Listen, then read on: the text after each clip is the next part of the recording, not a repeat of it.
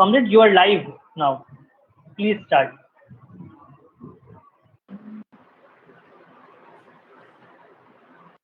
साथियों, सबसे पहले मैं सीपीएम बिहार को धन्यवाद देना चाहते हैं कि हमें ये मौका दिया कि हमारे आंदोलन के बारे में और समस्याओं के बारे में सबका साथ में ये अपने बात रखने के लिए। साथियों, आज रक्षाबंधन का त्योहार है और परसों ईद था, लेकिन जब ये त्योहारों का मौसम शुरू हुआ ही है, देश का क्या हालात है। अभी बिहार में ही देखिए 10-12 जिले तो बाढ़ से ग्रस्त है और ये पूरे देश में ये कोविड का संकट अभी 4 महीना हो गया है। लोग तो बाहर आने के लिए डर रहे हैं, कोरोना तो बढ़ते जा रहे हैं। तो इसी स्थिति में जो हम ये आज के दिन में ये बात करने जा रहे हैं कि ये जो योजना कर्मी माने कि ASHA workers, anganwadi workers, mid day meal workers, national health mission के कर्मचारी, ये समेत जो लोग हैं वो 7 और 8 अगस्त में हड़ताल में जाएंगे और 9 अगस्त जो क्विट इंडिया का भारत छोड़ो आंदोलन की सालगिरह के अवसर पे पूरे देश के मजदूर और किसान जेल भरो या सत्याग्रह का आंदोलन करने जा रहे हैं। एक तो है कि ये देश में बड़ा संकट है, कोरोना से लोग उसकी महामारी से जूझ रहे हैं और लोग डर भी रहे कि बाहर आने के लिए कि ये बीमारी ना फैले। तो इसी संदर्भ में ये ऐसा आंदोलन का कितना संगत है, ये संगति कितना है, ये सवाल भी आ रहे हैं लोगों के, या जिसके हमारे खिलाफ में जो प्रचार करने वाले हैं तो वो बोल रहे हैं कि ये कैसे ये आंदोलन में जाएंगे और लोगों को सड़क में आने के लिए कॉल कैसे करेंगे। तो ये साथियों कि हमें यही जो हमारा सबसे एक प्यारा नारा है कि हर जोर जुल्म के टक्कर में संघर्ष हमारा नारा है। ये ऐसा कोई भी नहीं होगा कि हमारी आंदोलन में, ट्रेड यूनियन में, किसान में कि ये नारा नहीं लगाया हो, चाहे कोई भी यूनियन का हो या कोई भी संगठन का हो। तो आज के दिन में भी हम यही बातें कर रहे हैं कि ये क्या है, ये जो है कि ये क्या दौर है हम जिसमें गुजर रहे हैं। हम सबसे पहले यही बात करें कि ये योजना कर्मियों का कि अभी ये कोविड का संकट जब जैसे शुरू हुआ है कि तब पूरे देश और दुनिया जान रहे हैं, और जहाँ पे भी हम लोग ये पूरे भारत के अंदर ये कोरोना के खिलाफ में लड़ाई के बारे में जब बात करते हैं, ऐसा कोई भी नहीं है कि ये जो फ्रंटलाइन वर्कर्स है, जिसमें आशा वर्कर्स है या एनएचएम के कर्मचारी है, जिसमें एम्बुलेंस ड्राइवर समेत है, ये हेल्थ डिपार्टमेंट में स्वास्थ्य विभाग में काम करने वाले हैं या आईसीडीएस के तहत काम करने वाले आंगनवाड़ी वर्कर और हेल्पर है, इन लोगों के बारे में चर्चा ना कर रहे हैं। ये एक किस्म के हम बोल ही सकते हैं कि पूरे भारत का जो ये कोरोना के खिलाफ का जो लड़ाई है, वो लड़ाई जो जनता के बीच में इसमें इतना फैलाव को रोकने का जो काम है, वो यही जो ये ठेका कर्मचारी और ये योजना कर्मचारी मिलके जनता के बीच में किया है। तो ये कर्मचारियों का जो स्थिति क्या है, एक तो है कि यहाँ पे ये आशा वर्कर्स है और आंगनवाड़ी वर्कर्स है, क्या काम कर रहे हैं, ये घर घर में जा रहे हैं, पूरे गांव घूम रही है, शहर में घूम रहे हैं, घर के अंदर में ये पता कर रहे कि सर्वे करो कि क्या कोई बीमार है, कोई खांस रहे, किसी का टेम्परेचर ज्यादा हो रहे है, या कोई अपने गांव के बाहर से, कोई राज्य के बाहर से कोई आया है, नहीं आया है, कहीं बाहर गया है, और वो उसमें वो वापस आने के बाद में वो क्वारंटाइन में गया है या वो किसी और के संपर्क में जा रहे हैं, इस तरीके से। और जो प्रवासी मजदूर है बड़े पैमाने पे गांव लौटे हैं, तो उनका बारे में भी पूरा सर्वे करके सरकार को ये खबर दे दे। और जहां आंगनबाड़ी का सवाल है, तो ये और मिड डे मील वर्कर है कि घर घर में जो मिड डे मील के तहत और आईसीडीएस के तहत जो है आंगनबाड़ी के जो बच्चे हैं और माए हैं, ये लोगों को पोषकाहार घर घर में पहुंचाने का काम है। और ये बोरिया उठा उठा के जो घरों में लेके पहुंचा रहे हैं, ये सारे काम कर रहे हैं। और ये सरकार एक किस्म से ये बोल सकते हैं कि ये जो पूरे देश का लोगों का क्वारंटाइन में लोग हैं या लोग बाहर से आ रहे गांव के अंदर पूरे दूसरे राज्य से या जिले से, ये सारे खबर जो है पूरे सरकार के पास में जो भी आंकड़े है, जो भी खबर है, ये इन्हीं के थ्रू आ रहे हैं। इनके जरिए ही ये खबर भी सरकार के पास में आता है। अगर ये लोग नहीं होते सरकार के पास, जो ना कोई पूरे देश में क्या चल रहा है उसका ना खबर होते और ना इसके मुकाबला करने के पूरा योजना बना सकते हैं। ये हर राज्य का और पूरे देश का यही हालात है। और ये हालात में ये वर्कर्स को जो ड्यूटी दिया जा रहा है कि वो क्वारंटाइन सेंटर के अंदर में ड्यूटी है, अस्पताल के अंदर में ड्यूटी है, किसी को खांसी हो गया तो उसको अस्पताल पहुंचा दो। इसके दौरान दूसरी जो बीमारियां भी है कि ये कोरोना के अलावा, और उसके बारे में भी अस्पताल पहुंचाने के लिए मदद करना, ये सारे काम है। और ये भी नहीं कि ये पूरे देश की अगले पीढ़ी का जो जन्म देने का जो है, गर्भवती है या जिसका बच्चा होने वाला है, ये सारे काम है उनको भी अस्पताल पहुंचाने का और उनका पूरा देखरेख का और उनका पूरा स्वास्थ्य का और उनका पोषण का पूरा ख्याल रखने का काम है। ये जो योजना कर्मी खास तौर जो है आशा वर्कर, आंगनबाड़ी वर्कर और मिड डे मील वर्कर में है। और ये जो ये ड्यूटी के लिए उनको पूरा का पूरा जो खुले मैदान में ये कोरोना से लड़ने के लिए छोड़ दिया, तो वो लड़ाई तो है ही है। और ये लड़ाई के लिए उनको कोई हथियार नहीं दिया है, बिना हथियार का लड़ाई कर रहे हैं। और ये खुद की जान को खतरे में डाल के ये कोरोना के लिए खिलाफ में लड़ने के लिए उनको जब गांव गांव में जाएंगे, तो ना उनके पास में सरकारें कोई भी ये सुविधाएं उनके लिए जो अपने सुरक्षा के लिए, ना कोई सैनिटाइजर या साबुन तक भी नहीं दे रहे, मास्क भी नहीं दे रहे हैं कि इनको अपनी जेब से खर्चा करके ये लेना पड़ रहा है अभी।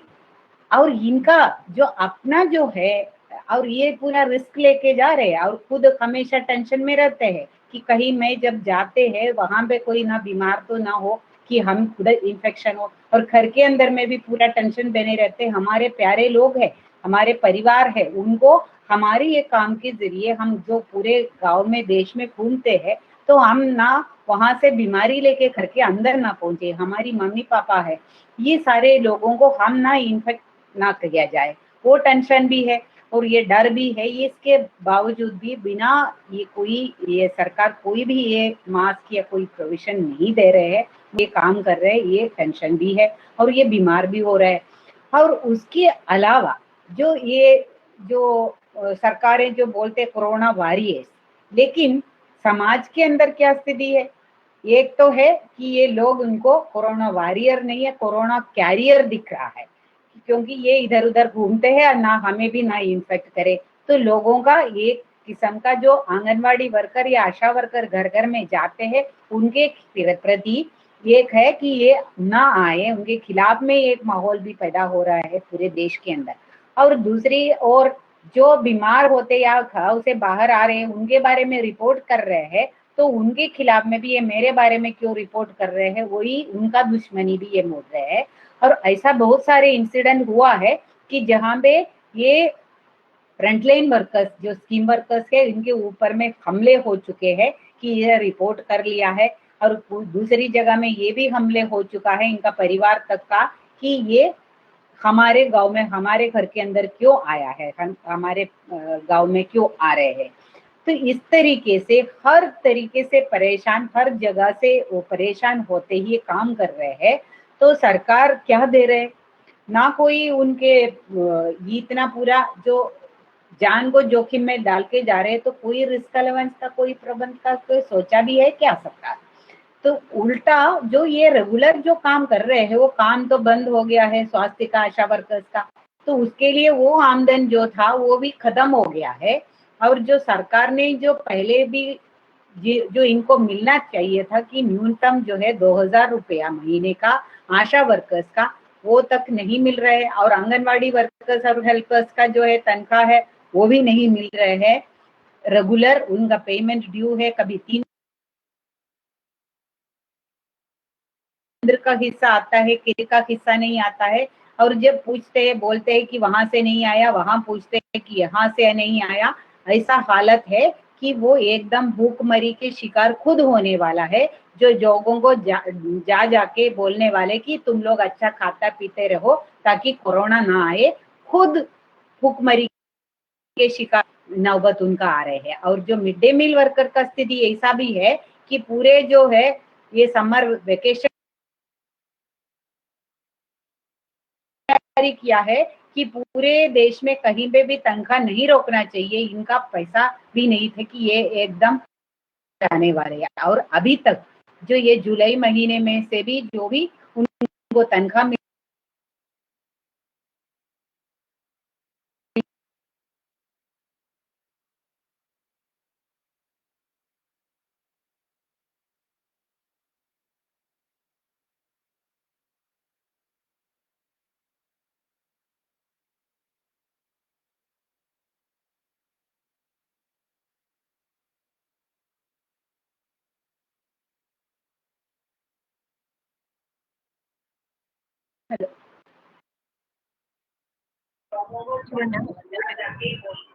Yes, comrade.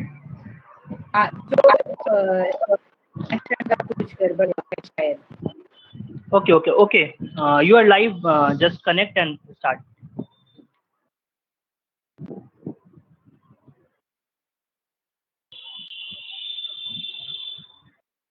सॉरी, ये कुछ नेट का प्रॉब्लम हुआ है। तो ये जो है कि ये एक तो यही है कि इतना बड़ी हमला हो रहा है और उनका तनख्वाह तक नहीं मिल रहा है। और सरकार तो बड़े धूमधाम से घोषणा तो किया है, क्या घोषणा किया था सरकार ने कि इन लोगों को जो भी है ये इनको 50 लाख का बीमा मिलेगा। लेकिन असलियत क्या है कि एक है कि इतने बड़े पैमाने पे आशाएं, आंगनबाड़ी वर्कर्स जो इन्फेक्ट हो रहा है कोरोना से, और अभी तक जो है कि सैकड़ों लोगों का पूरे देश के अंदर मृत्यु भी हो चुका है। उसमें बहुत सारे केस में ना उनका कोई कोरोना का टेस्ट होता है, और उसका जो बहुत ही कम 1 या 2 लोगों का पूरे देश के अंदर देखोगे तो ये आशा वर्कर और आंगनबाड़ी वर्कर को ये 50 लाख का बीमा मिला है। और बहुत सारे लोगों का बिल्कुल ये पोस्टमार्टम तक नहीं करता है कि वो कोविड से इन्फेक्टेड था या नहीं। और इवन प्रोविजन यही है कि एक्सीडेंट में भी मृत्यु हो जाएगा ये कोविड के ड्यूटी के दौरान, उनको तो ये मिलना चाहिए, लेकिन बिल्कुल नहीं मिल रहा है। और पूरे देश में इतनी डॉक्टर्स, नर्सेस, ये सब लोग जो है कितने लोगों का मृत्यु हो गया है, आंकड़े बढ़ रहे हैं। और पूरे देश के अंदर में बहुत ही कम 100-150 लोगों को ही ये अभी तक जो है बीमा का मिला है। तो और यही है। और जो पैसा बढ़ोतरी का घोषणा किया है, आशा वर्कर को 1000 रुपया मिल जाएगा ये ड्यूटी के दौरान, पहले 3 महीने का घोषणा किया और अभी बोल रहे कि और भी उसका ऑर्डर अभी तक आया नहीं है। लेकिन उसका क्या हालात है, ये सर्वे इस दौरान किसी ने किया है, उसमें 70% लोगों को आशा वर्कर्स को ये बढ़े हुए या घोषणा किया हुआ ये 1000 रुपया नहीं मिला है। तो यही हालात है ये पूरे देश के अंदर। उसके अलावा ये अभी यही हालत है कि हमारी ये तो एक तरफ जा रहे हैं कि हमारी वर्किंग कंडीशन जो पहले भी मिल रहा है वो भी खत्म हुआ है, और ऊपर से रिस्क भी हो रहा है, उसके काम के अंदर में जान जा रहा है। और ये एक तरफ हो रहा है कि दूसरे तरफ पूरे जो ये योजना ही खत्म करने का जो प्रयास है पहले से ही करते आया है, पहले के सरकार ने भी किया है। और ये मोदी का जो है पहले सरकार और अभी जो मोदी 2 गवर्नमेंट जो है, ये दोनों सरकारें जो है ये सारे योजनाओं को खत्म करने का, उसका बजट कटौती का हुआ था, और ये खत्म करने का, एनएचएम को बंद करने का प्रयास हुआ था, ये सबको लड़के उसको किसी तरीके से ये योजनाओं को जिंदा रखा है कि ये देश के ये आंदोलन, ये आशा वर्कर्स का, आंगनवाड़ी वर्कर्स का, स्कीम वर्कर्स का जो आंदोलन है, और इन्होंने ये स्कीम को, योजनाओं को जिंदा रखा है। तो अभी ये बहुत बड़े पैमाने पे निजीकरण करने का घोषणा होता है। और अभी याद होगा कि जिस दौरान जो है पूरे हेल्थ सिस्टम का, जो सरकारी सिस्टम के अलावा कुछ काम ही नहीं हुआ है, तो ये सरकारी जो स्वास्थ्य व्यवस्था को ही खत्म करने का, याद है कि हम पिछला जो बजट है मोदी सरकार का फरवरी में आया था, उस बजट में ये घोषणा हुआ था कि जिला अस्पताल तक को ही निजीकरण करने का। अभी भी उसके बारे में कुछ भी नहीं है, उसको वापस नहीं लिया गया है। और उसके ऊपर आईसीडीएस के अंदर में भी यही हमला हो रहा है कि आंगनबाड़ियों को उसके अंदर में जो खाना, ताजा पका हुआ खाना देते थे, उसको पैकेट फूड में बदलने का प्रयास किया गया है, कॉर्पोरेट कंपनियों का पैकेट फूड देके देने का। और उसके अलावा जो कैश ट्रांसफर करने का प्रपोजल भी लाया था, जिसको हमें किसी ना किसी तरीके से रोक कर रखा है। उसको कुपोषण के ऊपर में इसका कोई फायदा नहीं होगा, इसीलिए ताजा खाना ही देना चाहिए करके लड़ाई लड़ रहे थे। तब जाके ये कोरोना में जो जनता की जो डर है उसका फायदा उठा के, जो आंगनवाड़ी वर्कर हेल्पर है या मिड डे मील वर्कर है, उनका भी जो डर है उसका फायदा उठा के ये पूरा का पूरा कैश ट्रांसफर का करने का पूरा प्रयास किया जा रहा है। और यूपी के अंदर और बिहार के अंदर में ये आईसीडीएस में भी पूरा कैश ट्रांसफर करने का प्रक्रिया जारी किया है उन्होंने। यही होगा कि इसके कितना रुपए देंगे, लोगों में भी है कि ये पैसा तो चलो ठीक है कि ये पैसा मिल गया तो ये कुपोषण, 250 रुपया महीना देके पूरे गर्भवती महिला का या पूरा जो 6 साल के अंदर का बच्चे का पूरा कुपोषण तुम दूर करोगे? जो यही है ये सरकार का नीति। और बाकी 1 साल में 6 महीने के अंदर बोलेगा कि इसका कोई फायदा नहीं है, कुपोषण कम नहीं हो रहा है, तो इसलिए यही बंद किया जाए। तो यही इन्होंने करते आया है, ये भी जो डर है। और उसके ऊपर अभी आंगनवाड़ी वर्कर्स के बीच में एक और खतरा नया आया है कि इसी हफ्ते में जो नया जो शिक्षा नीति का घोषणा हुआ है, उसके अंदर नाम के वास्ते तो आंगनवाड़ी का तो नाम तो बहुत लिया है, और जो है ईसीसी केयर एंड का नाम लिया है, लेकिन उसके अंदर में पूरा का पूरा ये शिक्षा नीति के अंदर में प्री स्कूल के नाम पे ये जो आंगनवाड़ी का तो नाम लिया है, लेकिन काम पूरा निजीकरण करने का है।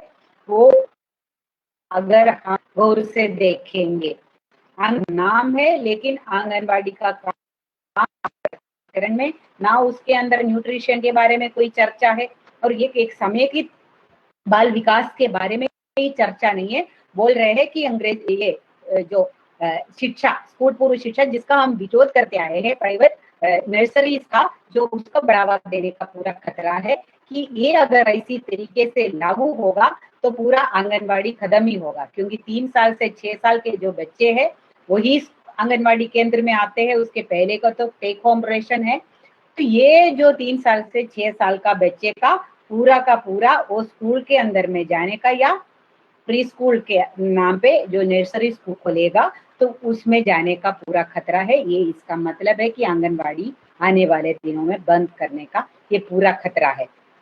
तो ये जो सिर्फ ये योजनाओं में हो रहा है क्या?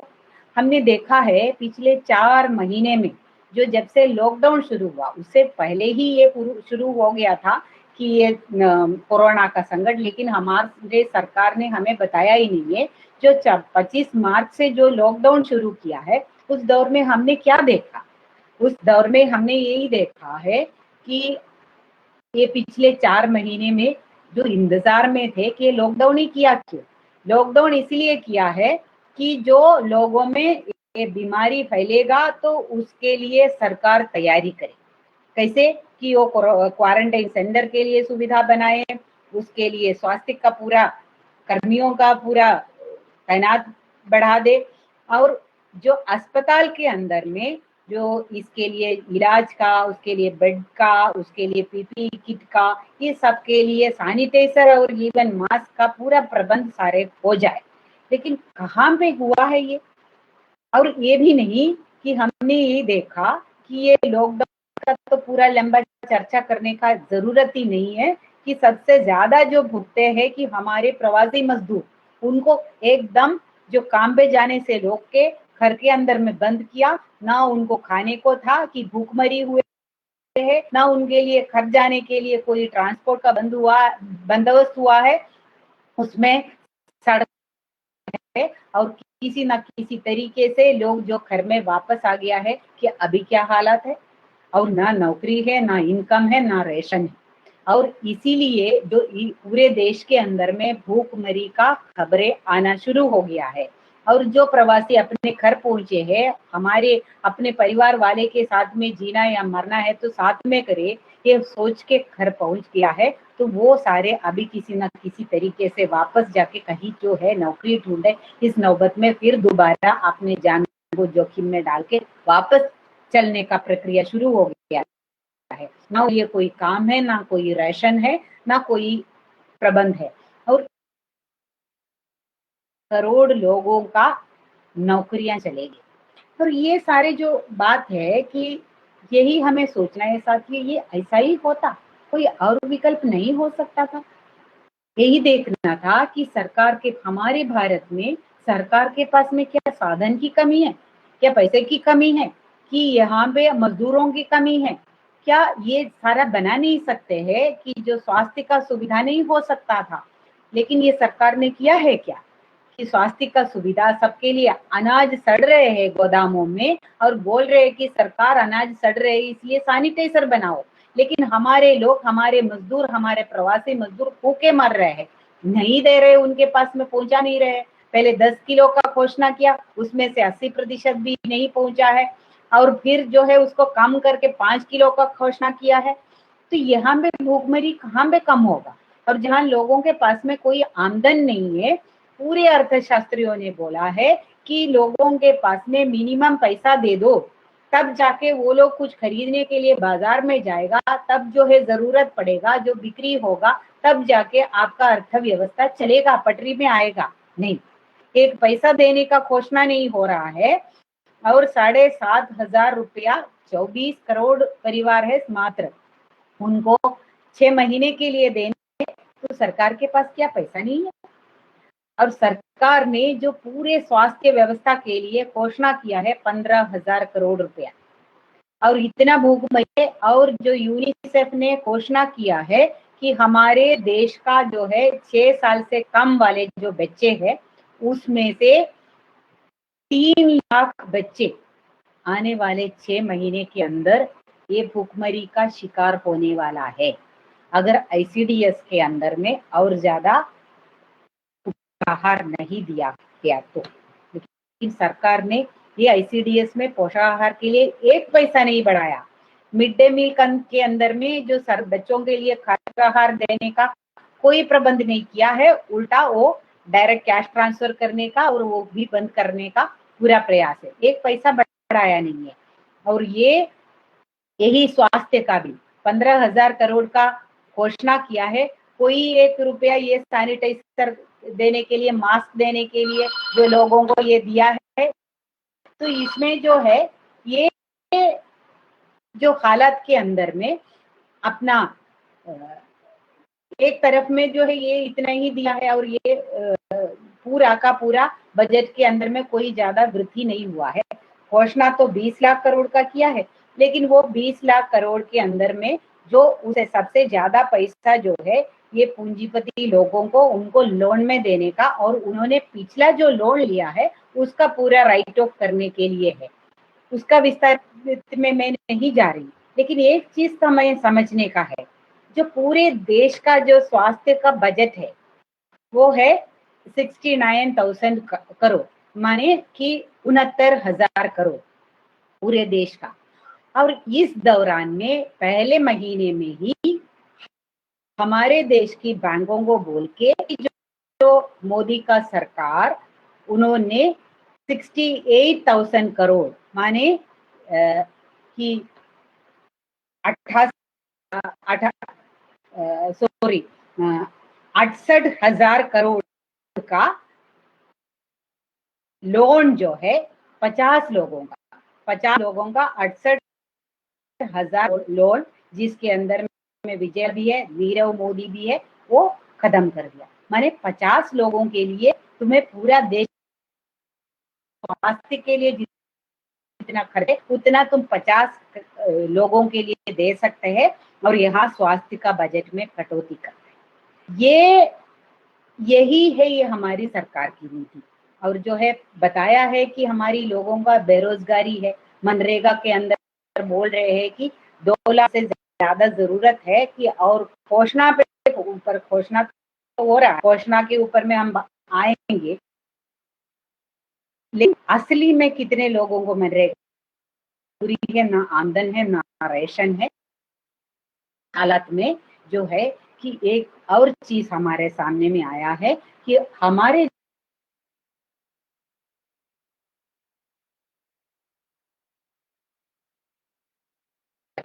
हो गया, और ये हमारे देश का जो सबसे बड़ा अमीर था, जो मुकेश अंबानी, उनकी जो आमदनी में, उनकी जो संपत्ति में जो 2.3 लाख करोड़ रुपया का वृद्धि हुआ, और अभी वो पूरे दुनिया के अंदर अमीर में नोट पहुंच गया है। ये कब? ये जब देश के 14 करोड़ जनता का रोजगार गया, और सरकारी आंकड़े में यही बोल रहे हैं, सरकार के ही रहे, सबसे गरीब जनता जिनका नौकरी गया है, आमदनी गया है, उनका नुकसान हुआ है 4 लाख करोड़ रुपए का। तो जनता मरे तो क्या है?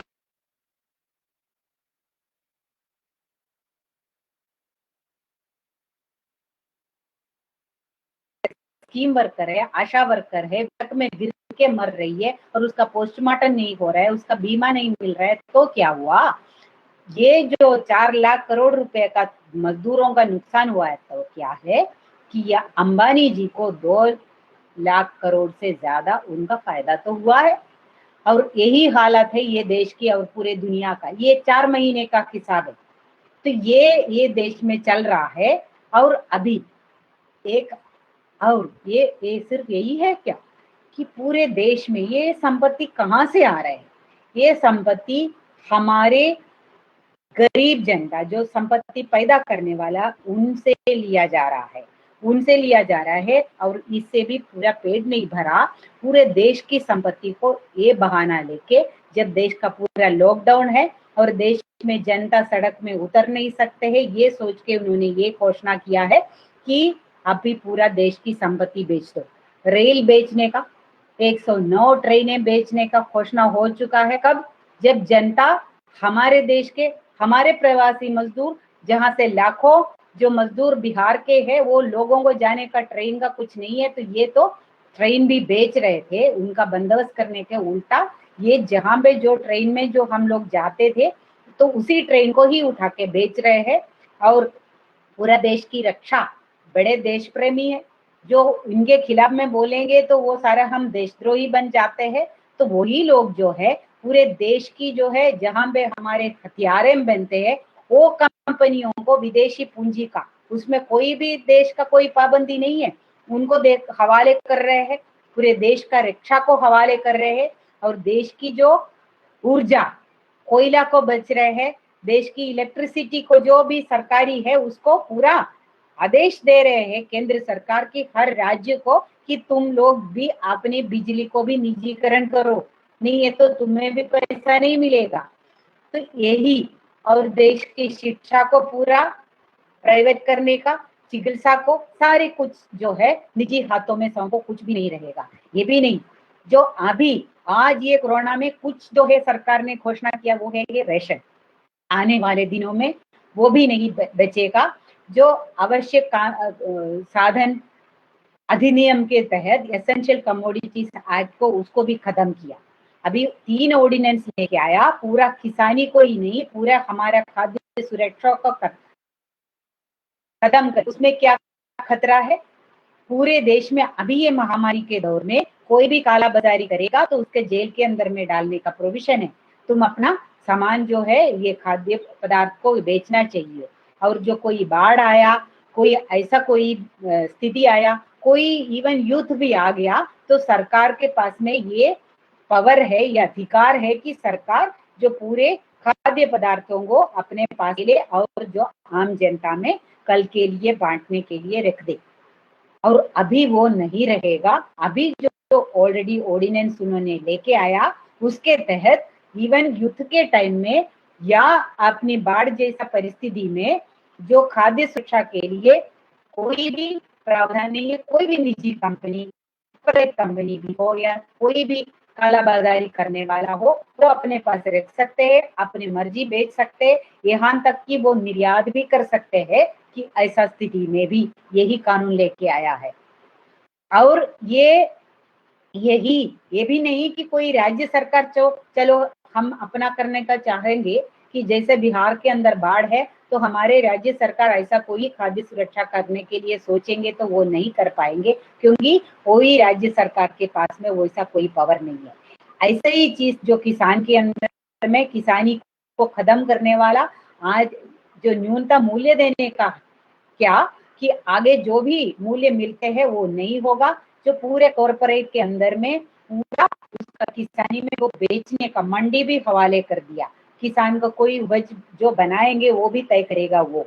ये ऐसा कि पूरा और को अधिग्रहण कानून भी अभी भी पीछे दरवाजे से लेके आ रहे हैं।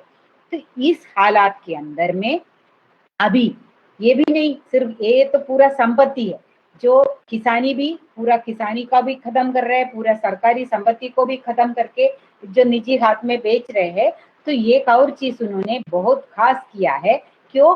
क्योंकि हमारी जो मजदूरों का श्रम का लूट, 150 साल पुराने कानून जो हमारे जो है लोगों का कुर्बानी से जो 8 घंटे का जो इंसानियत का मिनिमम चीज है कि 8 घंटे का काम तो 8 घंटे का आराम और 8 घंटे का मनोरंजन, पूरे 24 घंटे का, ये इंसान को इंसान कहने का जो मिनिमम जो नॉर्म है उसको भी खत्म करके 8 घंटे का काम को 12 घंटे करने का कानून भी लेके आया है। और अभी राज्य सरकारों को केंद्र सरकार ने आदेश दिया है कि तुम लोग भी अपना श्रम कानून में बदल के काम का खंडा बढ़ाओ, और तुम्हारे को जो कल जो पैसा मिलेगा वो भी उसके आधार पे होगा। ये ऑर्डर केंद्र सरकार ने राज्य सरकारों को दिया है। इसी को चलते हुए बहुत सारे राज्यों में जो सारे भी श्रम कानून बंद किया हुआ है। इसका मतलब तो समझना है कि हमारे योजना कर्मी भी सोचेंगे कि हमारे तो क्या श्रम कानून है। समझना यही बात है कि तुम कोई अपना यूनियन के तहत अपना अधिकार मांग नहीं सकते हैं, क्योंकि आपका ट्रेड यूनियन एक्ट और industrial dispute act, factory act, ये सारा समेत ये सारा जो है स्थगित किया जाएगा कि बहुत सारे राज्यों में 3 साल तक के लिए ये सारे कानून बंद किया जा रहा है। और ये इधर हर एक राज्य में उसमें कोई एक वामपंथी पार्टियों का जो सीपीएम के नेतृत्व में एलडीएफ का जो केरला का सरकार है उसको छोड़ के बाकी कौन सा है? ना कांग्रेस का सरकार का कोई फर्क है, ना यहाँ पे जो बिहार का सरकार का है या उड़ीसा का सरकार है, या कोई भी सरकार जो है वो इसका विरोध में नहीं है। जो कांग्रेसी सरकार, बाकी जो डीएमके का एडीएमके का सरकार हो, ये सारे उड़ीसा का, तमिलनाडु का, बिहार, ये सारे सरकार समेत जो श्रम कानून में जो बदलाव है उसका कोई विरोध है नहीं। और वो उल्टा 3 साल के लिए सारे श्रम कानूनों को बंद किया गया है। और अभी क्या होता है कि पहले हमारा जो हक था, हमारा अधिकार था कि हम अपना मांग उठा सकते हैं। अभी अगर मांग उठा के तुम आओगे, तुम ट्रेड यूनियन के लिए तहत हमारा मांग उठाओगे तो तुम क्रिमिनल अपराधी हो जाएगा। कि अभी जो अपना हक बोलने वाले को अपराधी करने के लिए, अपराधीकरण के लिए पूरा माहौल बना रहे हैं, और वो भी नहीं जो देशद्रोह समेत कानून में अंदर किया जा रहा है। तो अभी ट्रेड यूनियन बनना और ट्रेड यूनियन के तहत अपना अधिकार मांगना भी देशद्रोह में डाला गया है ये सरकार। यही है, ये पूरा लॉकडाउन का फायदा उठा के पूरा देश को बेचने का काम किया है। और इसके साथ साथ में एक और बहुत बढ़िया काम कर रहे हैं ये आरएसएस और बीजेपी के नेतृत्व में, ये पूरा कोरोना के दौर में ये पूरा सांप्रदायिकरण कर रहे हैं। और ये भी नहीं, अंधविश्वास को फैलाने का काम कर रहे हैं। अभी देखिए कि ये जो देश की जो गृह मंत्री है वो बीजेपी के नेता लोग हैं। ये 3 राज्यों का जो चीफ मिनिस्टर समेत कोविड में प्रभावित हुआ है, एक तो यूपी के अंदर में बीजेपी का मंत्री का देहांत भी हुआ है, तो वो कहाँ जा रहे हैं? वो अस्पतालों में जा रहे हैं। लेकिन उनके पूरा प्रचार में क्या है? कोरोना के लिए पापड़ बनाओ, ये है कोरोना देवी का मंदिर बनाओ, पूजा बनाओ, ऐसे अंधविश्वास फैला रहे हैं। ये क्यों? क्योंकि हम अपना हक ना मांगे, हम अपना पीपीई किट मांगे ना, और हम जाके ये सारा ताली बजाओ, थाली बजाओ और कोरोना पपड़ खाओ, ये हमारे लिए है, उससे भी वो मुनाफा कमाए। ये रामदेव बाबा का चिकित्सा में क्यों नहीं जा रहे हैं कि ये जब खुद को हो गया तो ये सबसे बढ़िया हॉस्पिटल ढूंढ के क्यों जा रहे हैं और हम लोगों को आपस में बांटने का और अंधविश्वास फैलाने का काम कर रहे हैं। तो यही है दौर कि हम लोग यहाँ पे ये इसी में हमें क्या करना चाहिए कि हम लोग ने क्या किया है अभी तक। जो ये पूरा का जो है ये जुल्म का एक माहौल बनाया है, जनता का पूरा संपत्ति को लूट रहा है। हमें जो है कोरोना के साथ में लड़के मरने के लिए हमारे पास बिना कोई हथियार, बिना कोई सुरक्षा का हमें भेज रहे हैं सरकार, और अपना पूरा संपत्ति जो उनका यार दोस्त जो प्राइवेट कॉर्पोरेट कंपनियां हैं उनको बेच रहे हैं। तो हम क्या करें? तो यही है कि साथियों कि हमारे जो नारे हैं, हमारे जो प्यारा जो लोगों का दूसरा नारा भी है कि ऐसे माहौल में हम क्या करें और हमने क्या किया है। यही बोलते हैं कि जब जब जुल्मी जुल्म करेंगे सत्य के गिलियारों से चप्पा चप्पा गूंज उठेगा इनकलाब के नारों से। ये जो नारा है, ये नारा जो पूरा का पूरा दिखाई दिया है ये पिछले 4 महीने में, ये भी हमारे लिए गर्व की बात है। जो हम ये कोरोना से जो ये कोई पूंजी सड़क में नहीं, ये देश के किसान ये जो कोरोना में मरने वाले आम जनता के लिए खाना पैदा करने के लिए वो अपने खेती में उतर रहे हैं। जो दूर उनको खाना पहुंचने के लिए ट्रांसपोर्ट वर्कर के साथ में समेत जो पूरे अपने जो देश का जो उत्पाद का प्रक्रिया के अंदर में काम करके इसके लड़ने के लिए, और पूरे स्वास्थ्य विभाग के लोग और पूरे जो पोषण आहार पहुंचाने वाले लोग समेत सारे मजदूर इसके खिलाफ में लड़ने के लिए सड़क में है।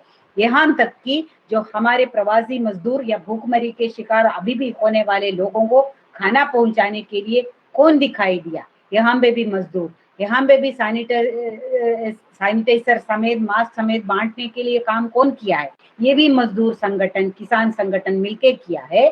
तो ये जो लूट जो है ये देश में मचा रहे हैं उसके खिलाफ में जो लड़ाई के लिए भी, जहां भूखमरी के लिए खिलाफ में लड़ाई हम कर रहे हैं, जहां हम कोरोना के खिलाफ में लड़ाई हम कर रहे हैं, तो यही मेहनत कश जनता है कि ये लूट की राज के खिलाफ के लड़ाई में भी ये साथ साथ में करने के लिए आया है। और वो ये दिखाई दिया है कि कोई नेता घूम नहीं सकते हैं, कोई इधर से उधर नहीं जा सकते हैं। तो हर एक हमारे मेहनत कश, हर एक हमारे ट्रेड यूनियन की साथी, हर एक हमारे किसान की साथी वो अपना नेता खुद बने। चप्पा चप्पा में इसके खिलाफ में इंकलाब के नारे ये पिछले 4 महीने में दिखा है कि हमारी ऑल इंडिया का CITU का कॉल 21 अप्रैल को हुआ था कि भाषण नहीं रेशन दो। वहां पे हम लोग भी ये ताज्जुब हो गया था कि ये जो जनता इसका अंधे नहीं है, इतना बेवकूफ जनता को नहीं बना सकते हैं कि ये भाषण से ये पेट नहीं भरेगा कि ये रेशन के लिए मांग करके जो जनता आया है कि कम से कम 4 लाख से ऊपर लोग उसी दिन में एक हफ्ते के कॉल के अंदर में आया था। उससे लेके लगातार जनता में जाने का प्रयास किया गया है। ये फ्रंटलाइन वर्कर्स के लिए जो है 14 मई का कॉल दिया था कि हमें फूल नहीं हमें सुरक्षा दो। इसके लिए भी बहुत ज्यादा जो सुरक्षा ये स्वास्थ्य कर्मी सड़क में उतरे हैं। सारे सेंट्रल ट्रेड यूनियन मिलके 22 मई को किया प्रदर्शन की सरकार को मिनिमम न्यूनतम चीज से सुरक्षा दे दो स्वास्थ्य के लिए, और जो है खाना दे दो, लोग जिंदा रहे और जो इनकम सपोर्ट दे, ये नहीं किया है, उल्टा हमारे ऊपर में वार किया। लेकिन अभी यहाँ पे ये ट्रेड यूनियन ने भी निर्णय लिया है, हम भी अपना आंदोलन को, ये लूट हम करने नहीं देंगे, हम अपना आंदोलन तेज करेंगे। जहाँ पे ये सवाल है, हमारे बिहार के अंदर में भी हमारे साथी पूरा ऑल इंडिया का जो इस दौरान जो हमारा CITU की हमारे आशा कर्मियों ने 25 जून को आंदोलन किया है, 26 जून को हमारी मिड डे मील के साथी और 10 जुलाई को हमारी आंगनवाड़ी साथियों ने ललकार दिवस मनाया। तो अलग अलग अपना आंदोलन चल रहे। इस दौरान कोयला के निजीकरण के खिलाफ कोयला मजदूरों ने शानदार हड़ताल किया है। तो ये एक आंदोलन का और ये पूरा माहौल बन रहा है। तो इसमें पूरा ट्रेड यूनियन ने ये फैसला किया है कि हम लोग मिलके इसके खिलाफ में और आंदोलन को तेज करेंगे। इस दौरान हमने, हमारे CITU ने ये महसूस किया है कि देखिए, ये तो सारे मेहनत कश का एक साथ में लड़ाई है और इसके अंदर सिर्फ ट्रेड यूनियन का और मजदूरों का ही नहीं, ये किसानी में भी ये पूरा हमला है। तो ये खेतीहर मजदूरों का और किसानों का भी मिलके लड़ाई होना चाहिए। CITU किसान सभा और खेतीहर मजदूर ने मिलके ये कॉल दिया था कि 23 जुलाई को कि ये पूरे देश के अंदर में हम अपना मिलकर उसका खिलाफ में अपना विरोध प्रदर्शन करेंगे और इसको आगे लेके इसको और ज्यादा बड़ा पैमाने पे इसको प्रतिरोध को और उसको डिफेंस में, माने कि इसका विरोध करने के लिए उसका नकारने के दौर में लेके जाएंगे। अभी हम सिर्फ पोस्टर पकड़ के अपने घरों में फोटो खींचने में तक सीमित नहीं रहेंगे, सड़क में उतरेंगे और ये तुम लोग हमें ये कानून दिखा के डरा रहे हैं कि हमें अंदर कर देंगे, ये धाराएं लगाएंगे, तो हम यही घोषणा करेंगे कि हम तुम्हारे कानूनों को, तुम्हारे पाबंदियों को हम नकार रहे हैं कि हम घर के बाहर आएंगे और हम सड़क में उतरेंगे, लेकिन हमारा पूरा स्वास्थ्य के लिए जो प्रतिबंध लगाया हुआ है उसका तो हम पालन करेंगे, तो हमारे स्वास्थ्य के लिए है। तो ये हम अपना जो फिजिकल डिस्टेंसिंग, शारीरिक दूरियां रखेंगे और हम मास्क पहनेंगे, वो सारा तो हम करेंगे। लेकिन तुमने जो ये तानाशाही के लिए हमारे ऊपर ये 144 समेत जो UAPA समेत जो धाराएं लगाएंगे ना, उसको तो हम बिल्कुल परवाह नहीं करेंगे। तो हम उसको डिफाई करेंगे, उसका विरोध करेंगे, उसको नकारेंगे और हम सड़क में आएंगे। और ये हमने ये प्रपोजल दिया था, हमने ये किया था कि भारत छोड़ो आंदोलन का साथ में जो 9 अगस्त को कि हम अपना पूरे देश के अंदर में हम अपना आंदोलन करेंगे। लेकिन यही बात हुआ है कि ये पहलकदमी का पूरे देश का जो 200 से ज्यादा किसान संगठनों ने बोला कि हाँ, ये तो एक संगठन का या 2 संगठन का लड़ाई नहीं है, सारे किसानों का लड़ाई है। तो 9 अगस्त को हम भी सड़क में आएंगे। सारे सेंट्रल ट्रेड यूनियन ने मिलकर ये फैसला किया है कि ये तो हमारा आर पार की लड़ाई है, तो हम इनको भी अभी हमें दिखाना है कि हमें अंदर बंद करके कि पूरा जो पाबंदी हमारे लिए, हम बाहर ना आए, हम अपना अधिकार ना बोले, लेकिन तुम्हारे लिए खुला छूट है कि पूरा देश को बेचे। तो हम इसके खिलाफ में पूरा देश का रक्षा करने के लिए, सेव इंडिया, भारत का रक्षा करने के लिए जो क्विट इंडिया मूवमेंट का जो 78वां साल के संदर्भ में हम उसी दिन में आएंगे और बोलेंगे हम जेल जाने को तैयार है। हम जहाँ पे जो भी सिचुएशन है उसी हिसाब से जेल भरो का आंदोलन का भी कॉल दिया है। तो ये इसी संदर्भ में जो हमारी जो योजना कर्मी, खासतौर जो आंगनवाड़ी, आशा और मिड डे मील और NHM के जो कर्मी और बहुत सारे जो पैरा टीचर्स है, ये सारे जो लोगों ने भी, हमने ये सोचा कि हमारा अपना मुद्दा भी है, साझा मुद्दा भी है और अपना मुद्दा भी है। अपना मुद्दे के लिए भी हमें उसको भी जनता के बीच में लेके जाना है।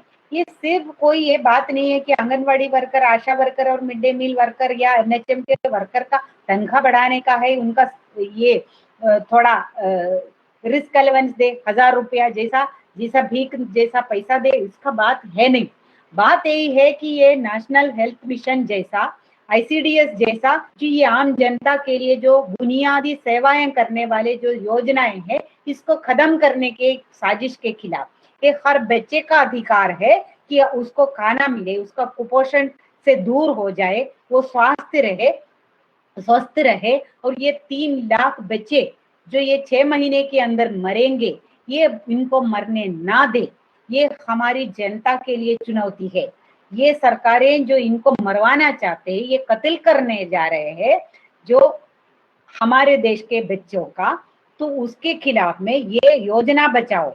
और ये योजना कर्मियों का मजदूरी का जो अधिकार है, वो अधिकार को बचाए। ये देश का जनवाद बचाने के लिए ये जरूरी है। तो ये हम अपना आंदोलन को भी आगे करें। जनता का खाद्य सुरक्षा का और स्वास्थ्य का और शिक्षा का जो अधिकार है, उसके लिए ये योजनाओं का पक्का बनाना जरूरी है, उनके लिए पूरा बजट लाना जरूरी है। और जो कर्मचारियों का, जो महिला कर्मचारी है जिसका जो श्रम का जो लूट कर रहे हैं और उनको स्वयंसेवी के नाम पे पूरा का पूरा गुलामी करवा रहे हैं और अभी उनको मौत के मुंह में डाल रहे हैं, उसके खिलाफ में आम जनता को भी, जो मजदूर है, जो किसान है, उनके लिए जो ये योजनाएं बने हैं, उनके साथ में लेके हम ये लड़ाई को आगे करें। तो हमने पूरे जो नेशनल लेवल पे सारे सेंट्रल ट्रेड यूनियन के जो योजना कर्मियों का संगठन ने मिलके ये तय किया है कि हाँ, अभी 4 महीने हम आम जनता के लिए काम किया है, हमने कोई ना छुट्टी लिया है, ना कोई मांगा है, ना रिस्क अलाउंस, ना यहाँ तक कि हमारी अपनी नौकरी का जो तनख्वाह मिलना चाहिए वो भी नहीं दिया। फिर भी हमने ये किया है ये जनता के लिए। लेकिन अभी तुम ये देश को बेच रहे हैं, ये योजनाओं को खत्म कर रहे हैं, बच्चों को, हमारे बच्चों को मौत में डाल रहे हैं, तो हम उसके खिलाफ में तुम्हें चेतावनी देने के लिए हम हड़ताल करेंगे। ये दौर है, डरने का नहीं है। ये हम तो वैसे ही मर रहे हैं, हम ये जो सड़कों में जो कोरोना से मर रहे हैं, हम ये भूखमरी का शिकार हो रहे हैं बिना तनखे का। तो हम ये मांग करने के लिए हम अपना सबसे बड़ा हथियार, हम हमारा हड़ताल का इस्तेमाल करेंगे। ये हमें ऐसा डर के बैठने का नहीं है। तो जब हम कोरोना के जो पहले जैसा हो जाएगा तब आंदोलन करेंगे, ये माहौल नहीं है। ये जब हम ये इंतजार कर रहे हैं कि हम इंतजार करें कि माहौल ठीक हो जाएगा फिर हम आंदोलन करेंगे, उसी टाइम तक हम जो है ये पूरा देश को ये बेच के खत्म करेगा, तो हम इसको बिकने नहीं देंगे। तो हम भी अपना हड़ताल में आएंगे अपना अधिकार के लिए। ये जो कैश ट्रांसफर चलाने के लिए, ये जो आशाओं को, आंगनवाड़ी वर्कर को कोरोना के लिए जो तुमने जो बड़ा धूमधाम से घोषणा किया हुआ ये बीमा भी नहीं दे रहे, तो ये बीमा हमें चाहिए, ये हमें रिस्क अलाउंस चाहिए, जोखिम भत्ता चाहिए, अधिक हमारा 10,000 रुपया महीने का चाहिए, और हमें न्यूनतम वेतन और सरकारी कर्मचारी का दर्जा और पेंशन, ये हमारा हक है। जो ये हमारी पहलकदमी से ये जो योजना कर्मी शब्द भी ये मजदूर है, तुम्हारे लेबर डिपार्टमेंट को मंजूरी करना पड़ा है, ये हमारे आंदोलन के लिए। ये आंदोलन में हमने जो हाजिर किया है, ये मांग करके इसको लागू करवाने के लिए ये लड़ाई हम छेड़ रहे हैं। और हमने निर्णय लिया है 7 और 8 अगस्त को हम हड़ताल करेंगे। और 9 अगस्त जो है संडे है, तो उस दिन जो है सारे ट्रेड यूनियनों का, किसानों के साथ में हम सड़क में सबसे बड़ी संख्या में आएंगे और सरकार को ये चेतावनी देंगे कि ये तुम अपना नीति बदलो, अपना रास्ता बदलो, नहीं है तो तुम नहीं बचोगे। तो यही है साथियों, मैं आपसे ये विनती करेंगे कि जो किसान है, जो मजदूर है, ये सब हमारा 9 अगस्त को ये देश बचाओ आंदोलन के लिए, भारत बचाओ आंदोलन में भारी संख्या में आए। और ये 7-8 की जो हड़ताल है, जो ये योजना कर्मियों का है, तो वो सिर्फ योजना कर्मियों का अपना मत सोचो, और आप सबसे विनती है कि आप भी इसके लिए उनका सॉलिडारिटी में, उनका समर्थन में, उनके लिए आप भी सड़क में आ जाइए, 7 और 8 की हड़ताल को सफल बनाइए। और मेरी अपनी योजना कर्मियों से यही अपील करेंगे कि ये सिर्फ हमारे लिए नहीं है, ये अगले पीढ़ी को बचाने के लिए है, ये आने वाले 6 महीने में जो मरने के लिए ये सरकार ने जो भेज रहा है, ये 3 लाख बच्चों का उनको जान के लिए है। और भी ये देश में हर साल मरने वाले 9 लाख बच्चों के लिए, 9 लाख बच्चों के लिए है। उनको ये बचाने के लिए ये लड़ाई है। ये लड़ाई को हमें जीतना ही पड़ेगा। और अपने ये भी सोचते हैं कि एक तो है कोरोना का संकट है, क्या करेंगे, लोग ज्यादा संख्या में नहीं आ रहे, साधन नहीं है। ये ऐसा नहीं है, जहां पे भी हो अपने गांव के अंदर, अगर जिला में नहीं आ सकते हैं, वहां पे लॉकडाउन है या ये पूरा कोरोना का संकट है, तो ऐसे माहौल में अपने गांव के अंदर, एक गांव में आंगनवाड़ी वर्कर है, एक गांव के अंदर करे, अंदर में करे, वो अपने लिए जो है पूरा जो इकट्ठा हो जाए, 10 12 15 16 20 तक जो है एक एक गांव में होंगे ये योजना कर्मी, अपने गांव के अंदर में ही करे, अपने पंचायत में करे, जो जिले में नहीं आ पाए तो अपना मांगों को सरकार तक पहुंचाओ, कि कम से कम अपना टाइम पे ये भी नहीं दे रहे हैं, तो ये मुद्दे को आम जनता में ले जाइए। हम आपके लिए अपने जान पे खेल रहे हैं, तो ये सरकार हमारे साथ में ये कर रहे हैं, इसलिए सड़क में उतरी। ना तो ना बचेगा, ना आईसीडीएस आंगनवाड़ी बचेगा, ये तो कोई करेगा। ये भी नहीं, ये हम आपसे अपना हड़ताल तो कामयाब तो करेंगे। और ये जो घोषणाएं है ना, जो बिहार के अंदर बिहार सरकार ने, अभी तो आंगनवाड़ी का तो पिछले 2 महीने आंदोलन चल रहे हैं, एक बार भी बात करने को नहीं बुला रहे। और आशा वर्कर्स, ये जो जितने लोग का 1 डजन से ज्यादा बिहार के अंदर में ही मृत्यु हो गया है, कोई एक के लिए भी जो है बीमा नहीं मिल रहा है, उसके लिए बातचीत करने को तैयार नहीं है। और ये जो हालात क्या, और मिड डे मील वर्कर का अभी तो ये जुलाई तक का भी नहीं मिला, पिछले 4 महीने में बिना तनख्वाह का जा रहे हैं। तो ये इन लोगों के बातचीत करने तक तो तैयार नहीं है। और ये आंदोलन आप है, तो अभी ये आंदोलन का और तेज करने का, और ये मिलकर लड़ाई है कि इस सारे अपने ये को और ज्यादा मजबूत करके ये लड़ाई को आगे जाए, कोई राह नहीं। और साथियों, ये भी लोग पूछते हैं, अरे इतना हड़तालें किया, क्या हुआ, इतना हड़ताल क्या है, इससे अभी भी जो कोयला के मजदूर है वो मिलके उसका ऑक्शन जो कर कोयला खदानों को वो रोक दिया है। अभी तक जो है, अगर आईसीडीएस को पूरा खत्म नहीं किया है, तो अभी तक ये जो है जो कॉर्पोरेट कंपनियों को उसके खाद्य पदार्थों को देने के लिए अगर नहीं ला पाया है, अभी तक एनएचए को बनाया है कि हमारी लड़ाई के लिए। अभी 45वां श्रम सम्मेलन का सिफारिश आया है, अभी ये 1000 का घोषणा भी क्यों हुआ, ये इसलिए है कि क्योंकि वो डरते हैं, ये हमारे से डरते हैं। और भी ये हमारे जनता को हमारी सेवाओं की जरूरत है, लेकिन ये सरकार को भी ये हमारी सेवाओं का मान्यता देना ही पड़ेगा। और अभी यही है कि आपको याद होगा, जो 5 सितंबर 2018 की जो रैली हुआ है दिल्ली के अंदर, मजदूर किसान रैली, संघर्ष रैली, उससे ज्यादा संख्या में हमारी स्कीम वर्कर्स थे। इसके अंदर ये, लेकिन इस दिन के अंदर में यही मोदी जो ये योजनाओं का किया है, ये करने का घोषणा करने वाला, ये मोदी ही अनाउंस किया कि 5 के आंगनवाड़ी वर्कर का वेतन को डबल करने का। तो यही हमारी ताकत और यही साझा लड़ाई का ताकत है। तो इसका आने वाले दिनों में, अभी तो बिहार में चुनाव का भी है, अभी जो मीटिंग करने के लिए खर्चा कर रहे हैं कि ये बीजेपी समेत जो है लोग जो है मीका, उनके पास लाखों करोड़ों रुपया है, लेकिन हमारे पास जनता है। और चुनाव में ये निर्णय करेगा कल और 9 अगस्त में, जो ये आंदोलन में जितने संख्या में इधर में जो योजना कर्मी किसान मजदूर होगा, कि ये आने वाले चुनाव वो अगर करने देंगे, तो वो चुनाव में जो ये सांप्रदायिक का मुद्दा होगा या कोई भाषण का या ये असली मुद्दा जो जनता की काम के लिए, जनता का न्यूनतम मजदूरी के लिए, जनता का ट्रेड यूनियन के लिए, जनता का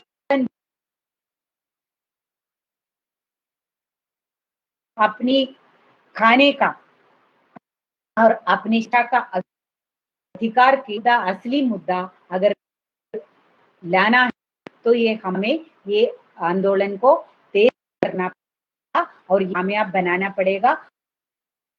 विश्वास है बिहार में हमारे हर एक आंदोलन में आगे के अंदर में अपना लड़ाई भी कामयाब करेंगे। हर एक का, हर एक इंसान का, हर एक का जो मुद्दा है उसको लेके जो भी लड़ाई वो में जाने की खरखर है, आने का भी हम पूरा का पूरा काम करेंगे और हम मिलके लड़ेंगे तो जरूर जीतेंगे और ये को बेचने नहीं देंगे। यही हमारा नारा है और ये जो धरती पे धरती है जो है इसको ये हालत बनाया हुआ, ये गरीबों बनाया है, ये भूख जो बनाया है उसके खिलाफ